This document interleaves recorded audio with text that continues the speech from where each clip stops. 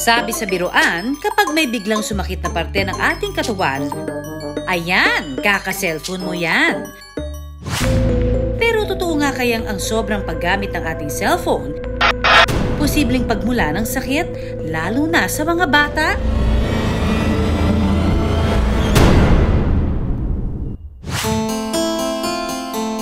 Siya ang 6 na taong gulang na si Zane.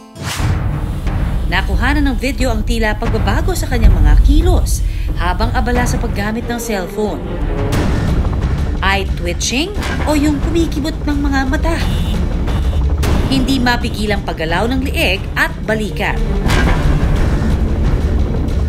Tila umaalon-alon na tiyan at kusang gumagalaw ng mga daliri. Si Zane po, siguro mga 2 years old po talaga, napapahawakan na namin ng cellphone. Tapos po, hindi naman po masyadong madalas. So, nung nag 3 years old po, meron po kasi kami sa kanya binigay na cellphone. Kala po namin, kapag gusto niya lang po manood, kaso po naging habit niya na po talaga. I always play with my phone. Laking lola raw si Zane.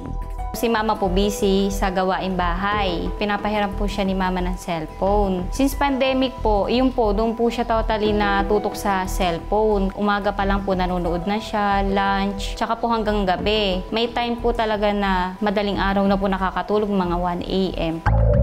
Nitong Hunyo, napansin na raw ni Mami Erica ang mga kakaibang pagbabago sa katawan ni Zane.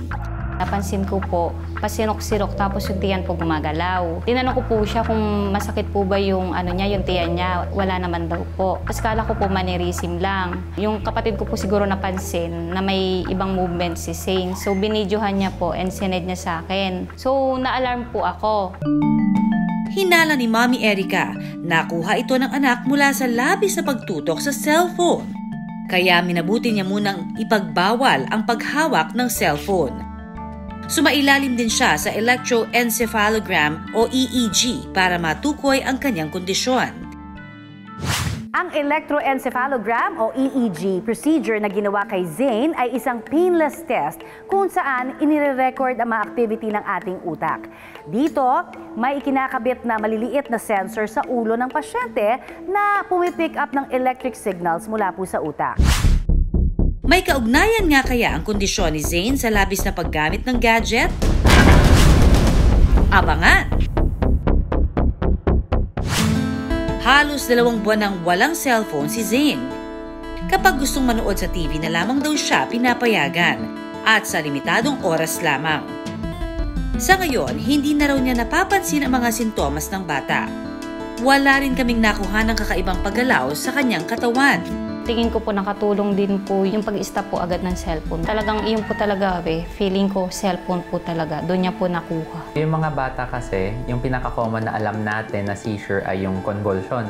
So yung buong katawan na nanginginig ganyan, no? Pero may mga minor seizures lang, hindi buong katawan. Isang klaseng seizure nga po siya na absence nga seizure, no? Na minsan umuungol lang at nakatulala lang po siya, no? Naglalast po lang po siya for a few seconds at a time, pero madaming beses po at paulit-ulit po. It's considered a type of epilepsy siya. Pero ano kaya ang resulta ng EEG ni Zane? Ang resulta, ipinabasa namin sa isang neurologist. The EEG report showed normal, no? But that does not mean na walang seizure si Zane. Ang ibig sabihin lang kasi ng EEG is that at that specific point lang po siya, hindi lang siya nag-seizure, no? Para makuha natin yung seizure sa EEG, dapat mas madami pong EEG na magagawin natin. Maari raw na genetics ito o namana niya sa pamilya o kaya ay sa environment.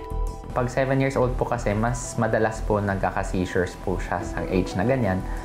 Pero usually, by the time na magta 12 years onwards, kusa siyang mawawala, no? But during that time na nagkaka-seizures po siya, dapat umiinom po siya ng gamot para hindi po siya magka-seizure. Kasi pag tinutuloy natin na mag-seizure, pwede magka-effect po yung brain niya in the long run. Pero ang tanong, konektado nga ba sa paggamit ng cellphone ang kaso ni Zane? Usually kasi yung mga triggers ng seizure is bright lights at saka nagpupuyat. The cellphone is not the cause for seizures, no? But it is a trigger. Pero teka muna. Doc, totoo nga bang may epekto sa kalusugan ang labis na paggamit ng cellphone? Prolonged use of cellphone pwede mag-trigger ng epilepsy. Importante raw sa mga batang tulad ni Zane ang pagkain ng wasto, sapat na oras ng tulog at physical activity na may enjoy din niya bilang bata. Nagdasal po talaga ako na sana wala namang negative result, ganon. Tapos po, nabanggit nga po na, ayan pala, normal naman. Sabi ko po, totally tatanggalin na namin yung cellphone casing. Simula noong nakaraang taon, striktong 3 oras sa isang araw na lang daw pinapagamit ni Mommy Erica si Zane ng cellphone. Sinisiguro na rin daw ni Mommy Erica na mas maraming oras si Zane para makipaglaro sa ibang mga bata. At dahil limitado na ang oras sa gadgets, ang naging resulta, hindi na raw bumalik ang eye twitch o ang pagkibot ng mga mata ni Zane. Bukod dyan, hindi na rin nakaranas si Zane ng mga biglang paggalaw ng kanyang mga daliri at ibang parte ng kanyang katawan. Hindi naman masama sa mga bata ang pagkakaroon ng libangan. Basta't ang mahalaga, nababantayan at hindi nakakaapekto sa kanilang kalusugan.